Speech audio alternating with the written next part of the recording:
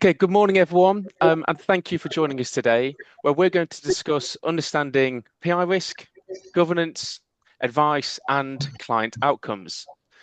Now, today is not intended to be a technical insurance webinar. It's about how IFAs can evidence that they run a well-governed advice business, make robust investment decisions, and manage risk effectively to better position themselves with indemnity insurers. PR renewal is often where insurers test how clearly an advice firm can evidence its approach to advice quality, governance, and client outcomes. Investment governance, due diligence, client outcomes, and that evidence is increasingly important when presenting an IFA firm to PI insurers. Now, this session will look at how firms can make themselves more resilient, more defensible, and more attractive to insurers. Now, before we dive into the slides, there is an important risk warning, and this is in here to remind myself and Josh that we are not financial advisors. So anything we say, please don't take as tax or financial advice, but more product knowledge and information that you can use to form your own advice process and framework. So who are the presenters with you this morning? We have myself, Miles McKinley. I'm a hybrid manager based in the strategic partnerships team at Foresight Group. Now, I joined the business back in November 2021.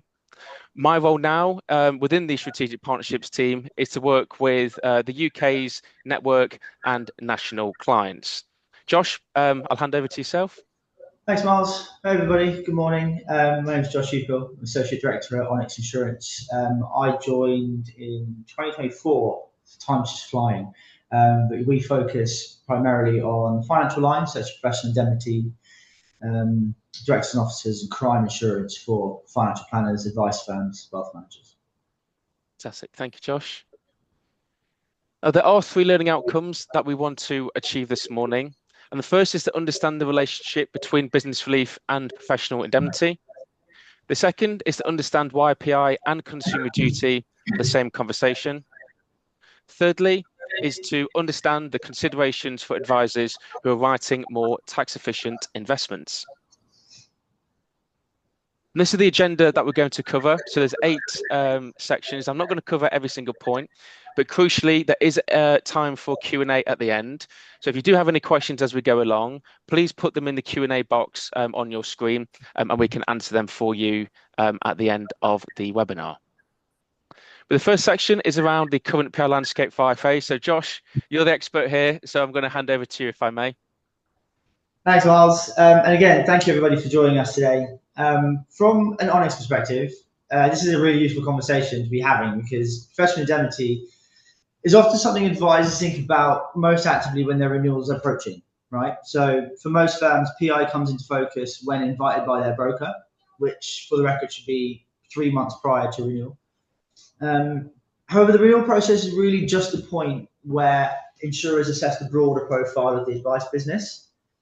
They're looking at how the firm operates, how clearly it can explain its advice model, and how well it can evidence the quality and consistency of its approach. So before we go into consumer duty, business relief, and the more practical areas of risk mitigation, I thought it might be useful to start with a short overview of where the PI market currently sits for IFAs and what that means for firms that are approaching renewal. So we'll start with good news. The good news is the PI market for IFAs is in a much better place than it was a few years ago. So those of you who had renewals passed recently or in the last however 6 months, you will notice that hopefully you will have much better renewal terms. So during the harder market, many advice firms will remember that PI renewals being very difficult. They were expensive and in some cases quite restrictive in terms of what they're actually offering. Capacity was limited. Premiums were increasing at every single renewal. Excesses actually moved up, which resulted in more capital adequacy requirements. We even saw more restrictive policy wordings, particularly around certain areas of advice. But that position has improved significantly. There's now more insurer appetite for good quality IFA firms, and the increased competition is resulting in firms achieving much better renewal outcomes. So in that sense, it's very fair to say that the current PI environment is a much more buyer-friendly market than it has been for quite some time. But the important part is that a more buyer-friendly market doesn't necessarily mean that underwriters have stopped being selective. So what we're seeing now is not a market where insurers will write every IFA firm easily. It's a market where insurers are more willing to compete aggressively for firms that can present themselves clearly. And it's that distinction that's very important, because an IFA with a clear proposition, good systems and file quality, no to low claims frequency, and a well-explained approach to investment advice is likely to be viewed as a very different firm to one that gives limited information or can't actually properly explain how its advice is delivered, documented, and reviewed consistently. So while the market has improved, the quality of the renewal presentation is still crucial. So in practical terms, two advice firms can look very similar on paper. They may have similar income, advisor numbers, and advice permissions, but they can still achieve very different PI outcomes. The difference is often how clearly each firm can explain itself. So one firm may secure strong terms because it gives the underwriter a clear picture of who it advises, where its main exposures sit, and how it manages those exposures. Another firm may face more difficult renewal terms because the information provided is incomplete, it can be unclear, or doesn't give the underwriter enough comfort, right? So what I mean by this is it can simply be a partially completed proposal form, or the financials on the proposal form not matching those on the annual accounts that are provided. This is why I always say that PI underwriting is not just a box ticking exercise. The proposal form is important, of course. That's why we give you that 20-page laborious form, but it's rarely the whole story. Underwriters are trying to understand the quality of the business behind the form. They're asking whether the firm is well managed, whether the advice process is consistent, and if the firm can give a clear explanation of its approach. So that's where a good broker presentation can make a real difference. It's not about trying to dress up the risk as something that it's not. It's about making sure the insurer properly understands the firm, does not have to fill in gaps themselves or make assumptions. Excuse me. So at a high level, PI underwriters are trying to answer three broad questions, right? So first, what does the firm do? That includes the nature of advice, the types of clients, the services provided, and whether there are any areas of advice that require a little more explanation. Second is how that advice is managed. That is about the firm's structure and the advice process, the compliance culture, so whether it be an internal team or a third party, and the general approach to risk management. Third is how clearly can the firm evidence and explain its position. So that includes the quality of the renewal information, how claims or complaints are explained, and whether the firm can give underwriters the confidence that its advice model is understood and controlled. Just those three questions are a useful way of thinking about the underwriting mindset without turning this into like a technical insurance checklist. So what does the firm do? How is the advice managed? And how clearly can the firm evidence it? And this becomes particularly relevant where a firm advises in areas that naturally require more explanation, so such as tax efficient planning or more specialist investment solutions. That doesn't mean that those areas are automatically more problematic from a PI perspective. It simply means that the insurer will want to understand the context, right? So why does the firm advise in that area? What type of client is it suitable for? How does it fit within the wider advice proposition? And very importantly, how does the firm make sure the advice is being delivered appropriately, right? So we're going to come on to business claims specifically later in the session, so I don't want to go into too much detail on that now. But the key point at this stage is that underwriters are generally more comfortable where firms are open. They're clear, they're proactive in explaining areas that may require those additional context. The problem is rarely complexity by itself. The problem is unexplained complexity. Another key theme for today is the clear link with consumer duty. As you all know, consumer duty has increased the focus on client outcomes, evidencing and ongoing support. And from a PI perspective, that matters because insurers are also interested in the quality of the advice process and the firm's ability to evidence what it's done. I will leave the detailed consumer duty discussion to Miles and the later sections in the presentation, but at the broad point, it's a firm already thinking carefully about client outcomes, communication, and ongoing service is usually much better placed to explain its proposition and position to insurers as well. So although consumer duty and PI insurance are not the same thing, they're usually the same conversation. So the positive message for IFAs is that the current PI market gives well-run firms an opportunity. There's more competition than there was in the harder market, and firms should really be able to benefit from that. But the best outcomes are still usually achieved by firms that can tell a clear, credible, and well-evidenced story about their business. That means being able to explain who they advise, what advice they provide, and any specialist areas within the business, and how the firm manages its overall risk profile. So the purpose of today is not to suggest that advisors should avoid certain areas of advice or change their proposition purely for PI reasons, not at all.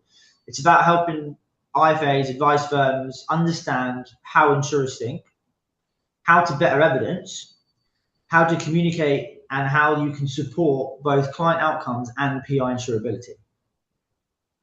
So I, of course, have a lot of insurance conversations with advisors every day, but I imagine these themes also come up in conversations from an investment perspective. So I'm curious to hear from you, Miles. Are there any specific themes that come up when you're talking to advisors? Yeah, sure. So look, I appreciate that different firms, will have different processes, and there absolutely is not one size fits all solution for this. But generally, what we see is clients gathering their own third-party research. They'll keep that on file and also engage with us if they feel that they need to. We've also created our own due diligence document, which we update on a quarterly basis to ensure that we satisfy these requests and work as transparently as possible with our clients. Now, if we consider client outcomes, obviously consumer duty has been huge for this, and we're going to speak about this in more detail shortly. But we are pretty well placed to cater for clients in this regard to achieve positive client outcomes, just sheerly by the range and scale of our unquoted BR solutions that we have. Fantastic, thanks, Miles. So that is the PI landscape in broad terms. The market's more positive, but underwriters remain focused on quality, clarity, and evidence. And that leads nicely into the next section, because Miles is going to talk about consumer duty, investment governance, and business relief. And from an insurance perspective, those areas are directly relevant to how an advice business actually presents itself positively to underwriters. Thanks, Josh. And absolutely, governance and due diligence is a top priority for us at Foresight. With us being a FTSE 250 business and all the publicity that comes with that, we take this very seriously. We also run funds on behalf of our institutional clients, that some of them you can see on the screen now. And these also have a very high DD process of their own, which we've passed time and time again. But looking at this at a more granular level and bringing it back to BR, business relief advice sits at the core of client outcomes, suitability, ongoing service, and professional risk. From a consumer duty perspective, advisors need to show and demonstrate that the client received a suitable recommendation, they understood the key risks involved, received appropriate support, and had the investment reviewed in line with their circumstances. Just as an example, we run a BR solution that offers clients life insurance if they would prefer to, opposed to another solution we have where there is no life insurance. So for clients who are perhaps a little bit older and concerned about their mortality, the insured solution could be more appealing. Now, of course, this is just one example of consumer duty, but this just gives a flavour as the type of research and considerations needed to be made to achieve good client outcomes. From a PI perspective, those same areas are exactly what insurers and claim handlers will scrutinise if a complaint arises. I think the key message here is that consumer duty asks, can you evidence the client received a good outcome? PI insurers ask, can you evidence that the advice was suitable, well explained, properly documented, and reviewed? So Josh, I'm going to hand it over to you now for defining strong risk mitigation, if I may. Thanks, Miles. I think that point around consumer duty is really important because it brings us back to one of the key themes of today's session, which is evidence. Apologies for the repetition, but it's quite important. From a consumer duty perspective, advisors need to show that clients are receiving good outcomes. From a PI perspective, underwriters and claims handlers are looking for or they're looking at similar evidence-based but through a slightly different lens. They want to understand whether the advice process is controlled, whether the client's position has been properly considered, and whether the firm can demonstrate why the advice was appropriate. So in this section, I want to look at what strong PI risk mitigation means for IFAs. What's important is that I do not mean risk mitigation in the sense of avoiding certain areas of advice altogether. I mean risk mitigation in the sense of giving insurers confidence that the firm understands its exposures and manages them in a clear, consistent, and well-evidenced way. So when we talk about a firm being a strong PI risk, we're not saying the firm has no risk. Every advice business carries professional risk. That's the nature of giving regulated financial advice, right? The real question for underwriters is not whether the risk exists. The question is whether the firm understands that risk, controls it, and then documents it. A firm can advise in a more nuanced area and still be an attractive PI risk where the process is clear and well managed. Also, if a firm looks fairly straightforward on paper, it can still create concern if its files are inconsistent or if its governance is difficult to actually evidence. So strong risk mitigation is really about underwriter confidence. It's about making the firm easier to understand, easier to support, and easier to defend if advice is ever actually challenged. So there are a few themes that tend to give PI underwriters confidence, right? So the first is clarity of proposition. Underwriters like to understand what a firm does. This is essentially a breakdown of its advice proposition, which includes the client base, the services offered, the investment approach, and how any more like specialist areas fit into the overall advice model. And that doesn't mean that every firm needs to have a simple proposition. It means the proposition needs to be explainable. If a firm can clearly explain the areas it works in, it makes the underwriting conversation much easier. The second thing is a consistent advice process. So underwriters are interested in whether there is a clear and repeatable approach to fact finding, risk profiling, suitability, recommendation, all the steps that you go through. They're not looking for perfection, but they're looking for control. A consistent process gives insurers and underwriters comfort that advice quality is not entirely dependent on one individual's or advisor's habits, right? But it's supported by the firm's wider systems, culture, and oversight. So, side note here, a good explanation of why is because of why this is important to insurers, right? So, in the event of a claim, think of it that way. Should you notify a claim to an insurer of alleged negligent advice? The insurer will want to make sure that you're able to very quickly evidence that wasn't the case. So imagine a client accuses you of not properly explaining the risks surrounding investment or their access to funds. Being able to very quickly evidence the advice process and identify where, when, and how you explain all the risks is quite crucial. I mean, you all know better than anyone, in the eyes of the regulator and insurers, you're guilty until proven innocent. So that's why evidencing what you do is so crucial. And again, the third theme, once again, evidencing, but the due diligence, right? So this is particularly important where advisors use external investment managers or specialist investment propositions. The underwriter wants comfort that the advisor is not simply outsourcing judgment. They want to see that the firm has made an informed decision about who it works with, why that partner is appropriate, and how that relationship supports the firm's advice proposition. So that's where the use of a credible investment manager can be very positive from a PR perspective. So for example, Foresight support with advisors with information, education, reporting and ongoing updates, but the advisor still needs to show how that information has been considered and how it applies to their client base. There are a few other key themes that include review discipline and how firms deal with complaints and claims. However, for the sake of time, the final one I'll go through is transparency at renewal. Firm that tends to achieve better PI outcomes are often the firms that engage early, disclose clearly, and help the underwriter understand their business. If there's an area that needs explanation, just explain it, right? So if it's not included on the proposal form, but you believe an additional narrative needs to be given, just provide that information. If there's been a complaint, give context.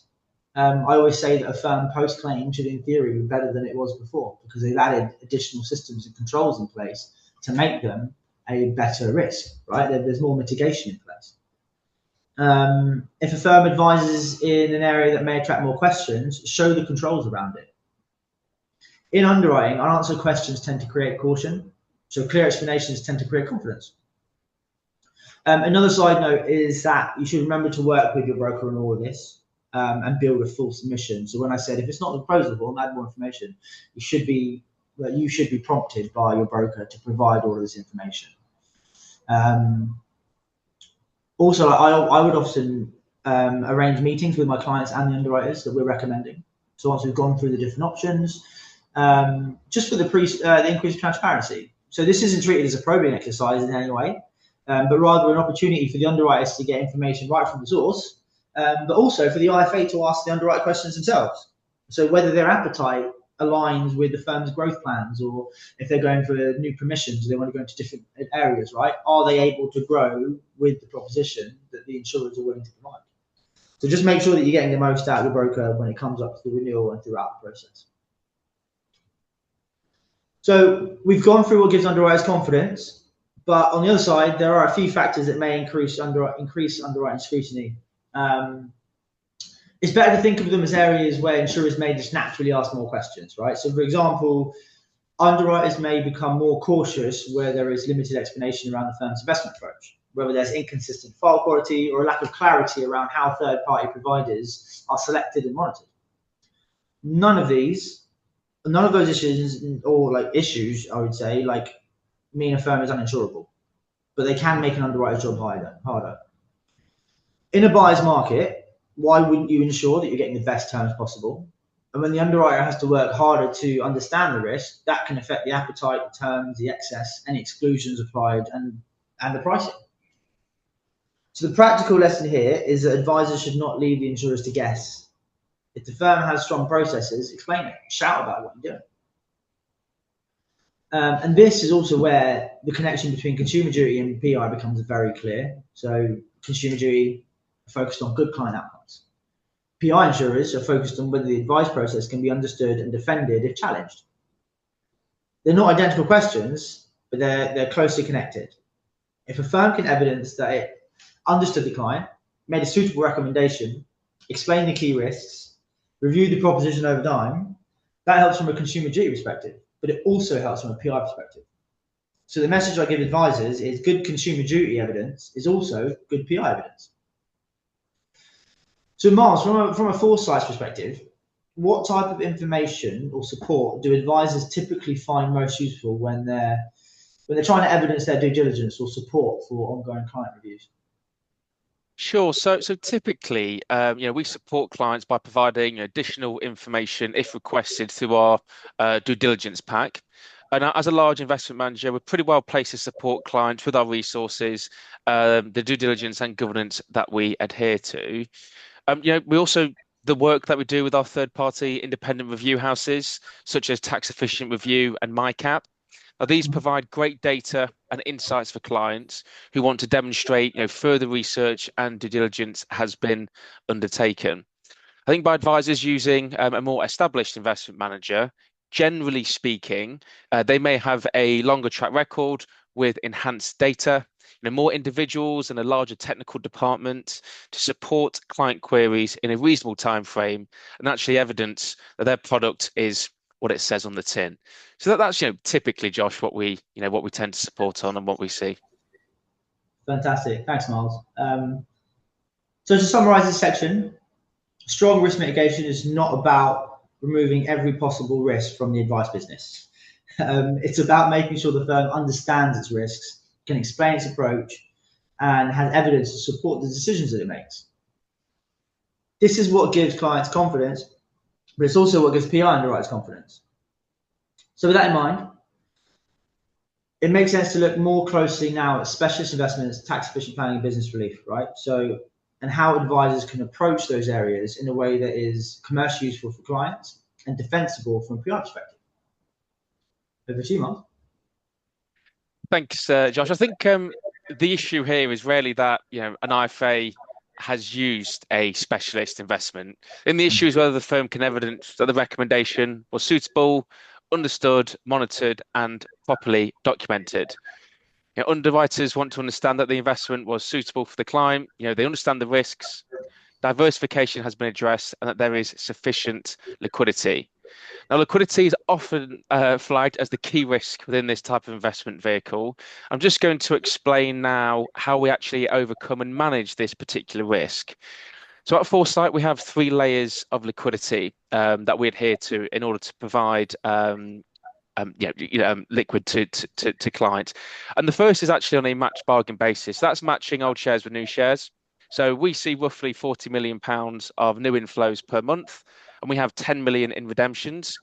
And what that does is that just gives us that natural surplus of shares to provide liquidity to clients. The second way in which we could achieve this if we wanted to is essentially via cash. So we'll have anywhere from 3 to 5% of the current NAV held in cash, and the current NAV is just above £2.2 billion. In addition to that, we also have a revolving credit facility, so an RCF, that we can draw down if we want to, and there's 75 million available to us there. And the third and final layer of liquidity, and I mentioned this a little bit earlier on this slide around Foresight's institutional clients. So we're of institutional grade investment. So what does that mean? It essentially means that the assets in which the retail investor gets exposure to are of institutional grade level. So that means that we could sell those assets into the market in roughly a 12 to 24-month window to provide liquidity that way if we had to as well. So that's the 3 layers of liquidity that we have in order to provide that to clients. And the average working time frame for that is around 14 working days. So not too long, really. The other thing that we do as well is, we can run sessions with our BR specialists to advisors across the country. And most of them are CPD-able as well. So again, that just demonstrates that further research and governance and due diligence has been undertaken by advisors to make sure that they're up to speed with the vast amount of changes we've seen recently in the IHT landscape and the business relief space. Thanks, Miles. From a PI perspective, I think this is a really important area to clarify as well. Because there can sometimes be a perception among advisors that tax efficient planning or business relief in particular is automatically difficult from an insurance perspective, right? Whereas PI insurers are actually looking more favourably at BR as they recognise this as like more of a mainstream planning tool for advisors now. So yeah, to confirm, business relief is not automatically a problem. It's just something, it's a stigmatism that's like people just thinking in the market, right? But what underwriters want to understand is the context around that advice. So if a firm is recommending BR products, the insurer is not simply looking at the product label and forming a view from that alone. They're trying to understand how the firm approaches that advice area. So why was business relief suitable for that client? How are the risks and tax considerations explained? What due diligence was carried out? And how is that recommendation reviewed over time? Those questions aren't designed to discourage advisors in any way. They're designed to help the underwriter understand whether the process around it was controlled and well evidenced. So I would not suggest hiding or minimizing BR exposure at PI renewal. Quite the opposite. It's far better to explain it clearly and proactively. And this is also where the role of investment manager becomes very relevant, right? So a credible investment manager like Foresight can provide advisors with product information, technical education, reporting, updates, and review material. And that can be very valuable, particularly where the client conversation involves inheritance tax planning, investment risk, and where you get changing client circumstances. Again, as always, from a PR perspective, the advisor still needs to apply that information to the client's specific circumstances. The investment manager can support the evidence trail, but the advisor needs to create the client's specific advice rationale. So the positive message is that business relief is not automatically a PR problem. The focus for insurers is the quality of advice and the process around it. So suitability, client understanding, due diligence, and ongoing review. So the next section is practical steps, right? So how can IFAs improve their PI and governance position? So in this section, I want to bring the discussion back to what advisors can actually take away and apply within their own firms. We've already spoken about the PI market, how underwriters think about risk, and how PI products can be viewed more constructively when the advice process is clear. So the question now is, what can advisors do in practice to improve both their governance position and the way they present themselves to the underwriters? I originally had a much longer list here, but I had to cut it down to 3 key areas to avoid turning into a governance lecture and getting told off by Miles. But there's definitely more detail we can go into, particularly in the firms with an approaching a PI renewal. But these key points are a very good starting framework, right? So the first practical point is to build evidence throughout the year, right? Rather than trying to pull everything together at renewal. Too often, firms only start thinking about PI when the proposal form arrives, right? By that point, the firm can, of course, still complete the renewal information, but it's much harder to build a strong evidence trail retrospectively. The firms that tend to present best to insurers are usually the firms that have kept good records throughout the year. They can explain what advice they provide, who they provide it to, what investment solutions they use, how they were selected, but also the areas which were reviewed. So it doesn't mean creating extra paperwork for the sake of it. It means capturing the important decisions the firms are already making. For example, advisors think about whether they can clearly evidence why particular investment managers or solutions are used, how due diligence is recorded, how client segmentation is considered, for example, or how suitability is documented. The evidence helps insurers understand the quality and consistency of the advice process. It also helps if advice is ever challenged, because the firm can show that the recommendation form part of a considered and documented framework. The second practical point is to evidence challenge, not just acceptance. So using investment management material is completely normal, right, and obviously very valuable. Firms should absolutely be using expertise, reporting, and educational support available. But the advisor needs to show that they've considered the information and not simply placed it on file. That might mean recording why the firm was comfortable with the investment approach, what questions were asked, what challenges and concerns were considered, how the risks were assessed, and importantly, how the solution fits with the firm's advice proposition and the client base. This is particularly relevant where firms are using more special investment solutions. So it's not enough to say, obviously, this is a credible provider, or this is a well-established investment manager. I mean, that very well may be true, but the advisor needs to explain why that solution is appropriate for the clients that they serve. So this is where a very strong relationship with the advisor and investment management can be very useful. Like clearly, Foresight can support the advisor with information, education, reporting, like I said earlier, but it's the advisor that should be able to show support and how it was being considered and how it was applied. And the third practical point is to use ongoing reviews to evidence continued suitability. For many firms, the professional risk does not stop once the original recommendation has been made. This is particularly relevant where the client is paying for an ongoing service, or where the advice relates to estate planning, later life planning, or tax-efficient investments. An ongoing review should not simply confirm performance, it should revisit whether the original advice still makes sense. So for BR, that could include considering whether the client still has an IHT planning need, whether their health, family, or financial circumstances have changed, whether the client remains comfortable with the risks, right? And whether the original rationale actually still holds up. That is valuable from a client outcome perspective, but also very important from a PI perspective. If advice is challenged years later, one of the key questions may be whether the recommendation was reviewed properly as circumstances changed. And briefly, tools and external support can absolutely help with this. So whether that's Foresight providing new material, a governance tool such as MyCap, compliance support, or a PI broker, right, helping shape the renewal narrative. All of that can be useful, and make sure you take advantage of all those available helpful tools. The value comes from how the firm uses that support to improve consistency, documentation, client communication, and decision-making. So to summarize in this section, improving a firm's PI and governance proposition does not necessarily require advisors to reinvent the entire process, right?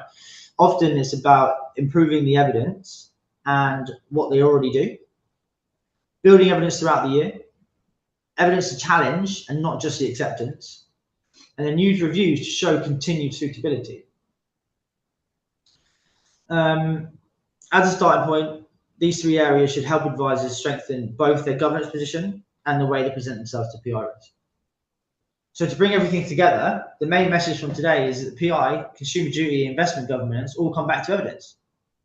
For advisors, the strongest proposition is being able to show that the advice was suitable, clearly explained, properly documented, and reviewed over time. And that's what supports better client outcomes. It's also what gives the PI insurers greater confidence in the firm and to actually provide better renewal terms.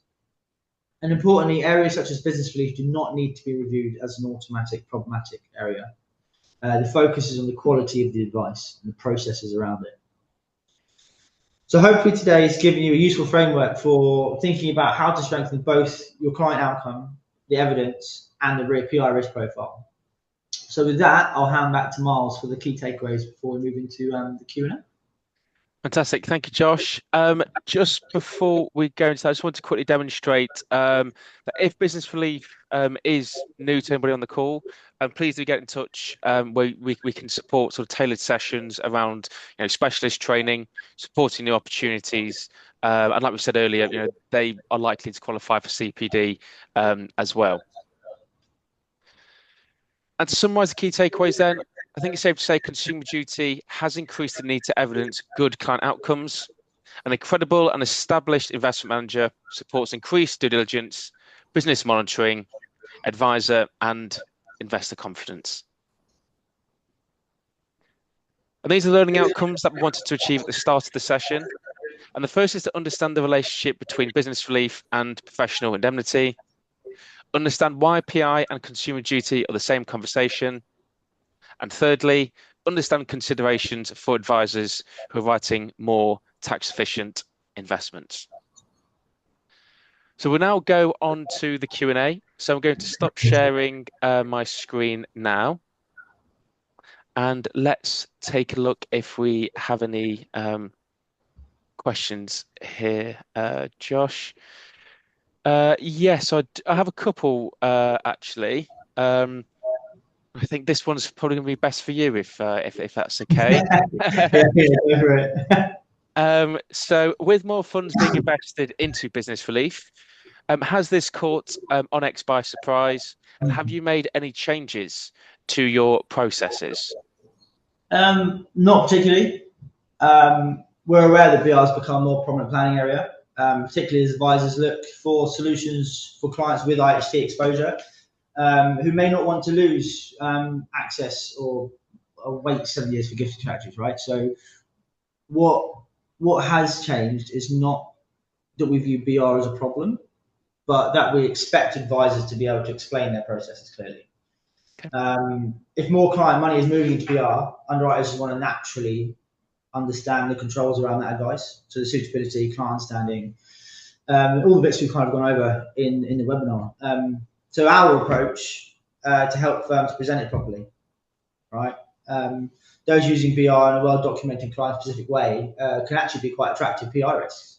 But it's my job as the broker to make sure that the insurers understand the rationale and the governance around that advice. Fantastic, thank you. There's another question here. What is the maximum age for a client to be able to invest into the insured solution? The maximum age is 89 attained is the maximum age, and the minimum age is 62. So anywhere between that age bracket. What else do we have?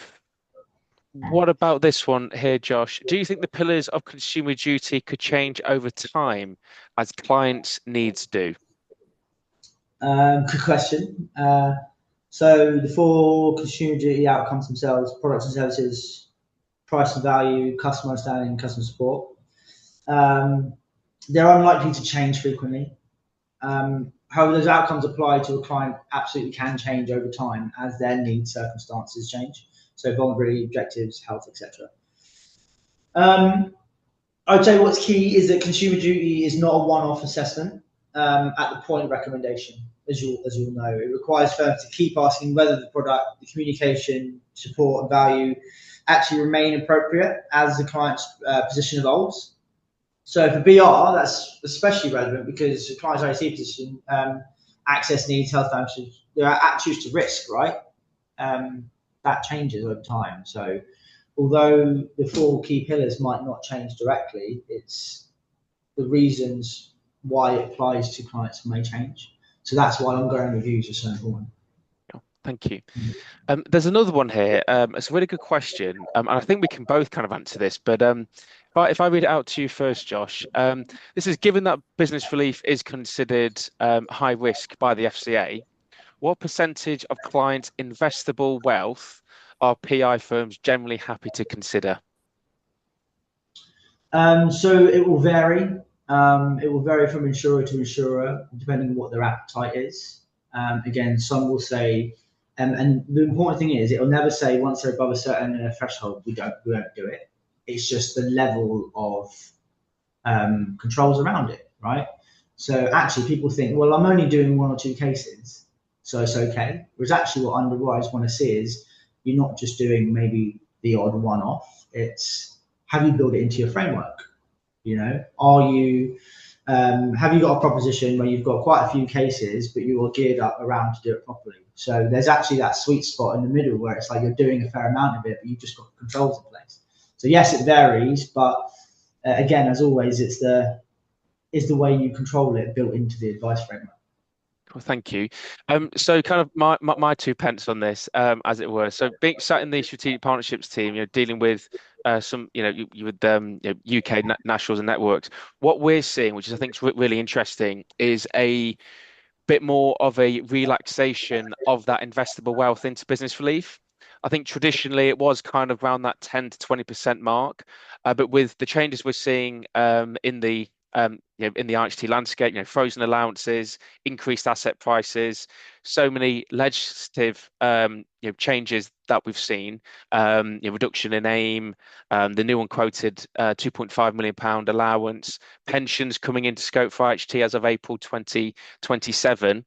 We're seeing more of our clients looking to maybe expand that traditional 10 to 20% of investable wealth into BR to make sure that their advisors can keep up with the changes that we're seeing. So it's a really interesting sort of movement in the market that we're currently seeing. There's another question here. Do PI insurers look favorably on spreading investment over multiple providers to dilute risk? Josh, you're on mute. Didn't want it to feedback. There you go. Yeah, you go. They can do, but again,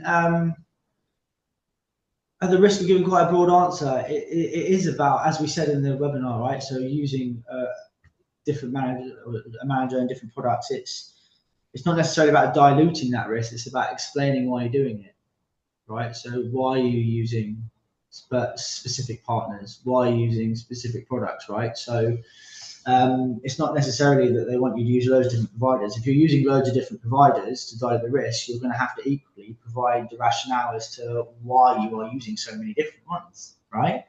So I think, as always, it's getting quite a hands-on approach of working closely with the investment managers that you use to fully explain why they fit into your investment proposition.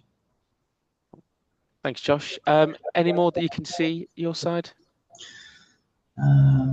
Let me have a look. Oh, there's a good one here. I'm going to give this one to you, if that's right.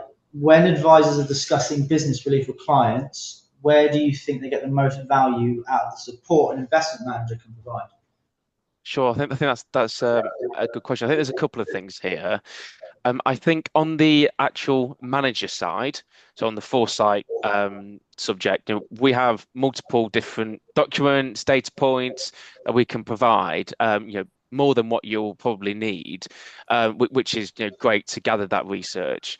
But also, kind of the old-fashioned way, pick up the phone. We've got over 50 business relief specialists in the team.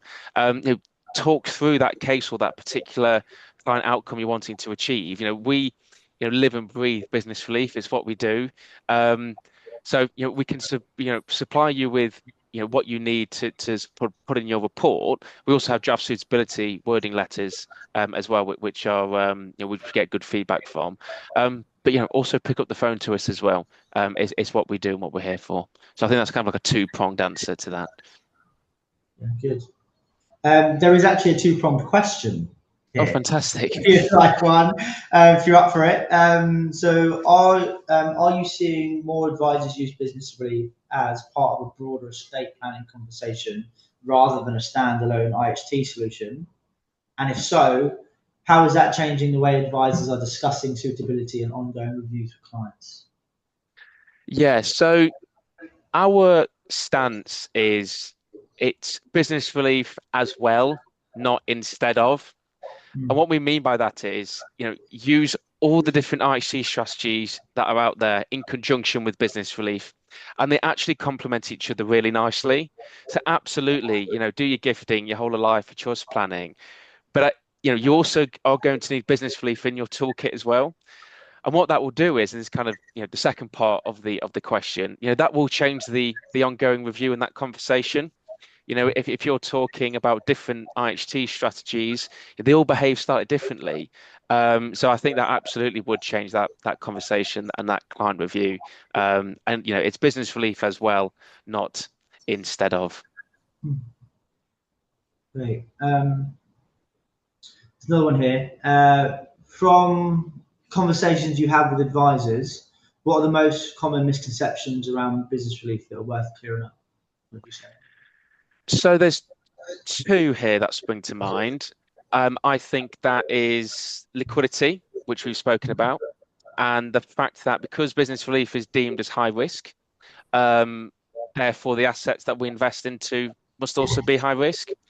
So liquidity, I've spoken about that in the presentation already, so I'm going to not go into that again, but just the one point I will mention is we recently provided a £10 million redemption request from a particular investor, and we were able to turn that round in 2 weeks, which I think demonstrates that this isn't a liquid vehicle.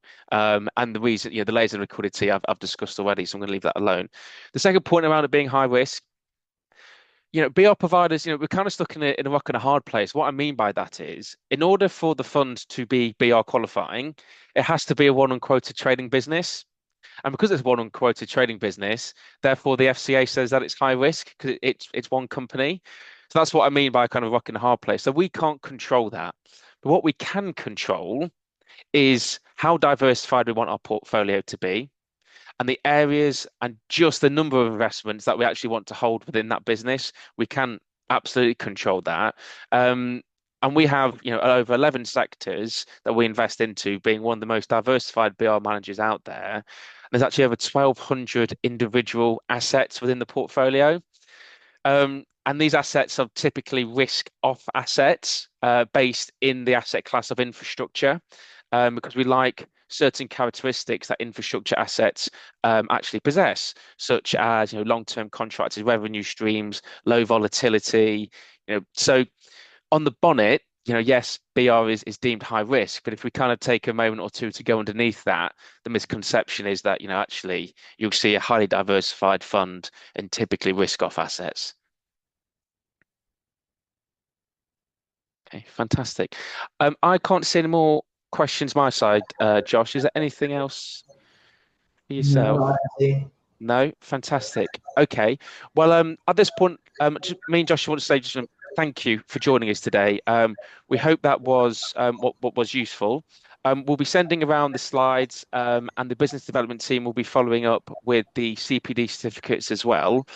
At the end of the webinar, so when we leave today, you will have a survey monkey pop up on your screen, and that is to allow you to give feedback on today's session. And that's really important to us because it really does help improve these types of sessions and also shape future future activity. So please do take just a couple of minutes. I think it's only 4 or 5 questions. Literally take you 2 minutes. We would really appreciate that. So just want to say thank you again for joining. And I hope everybody has a great day.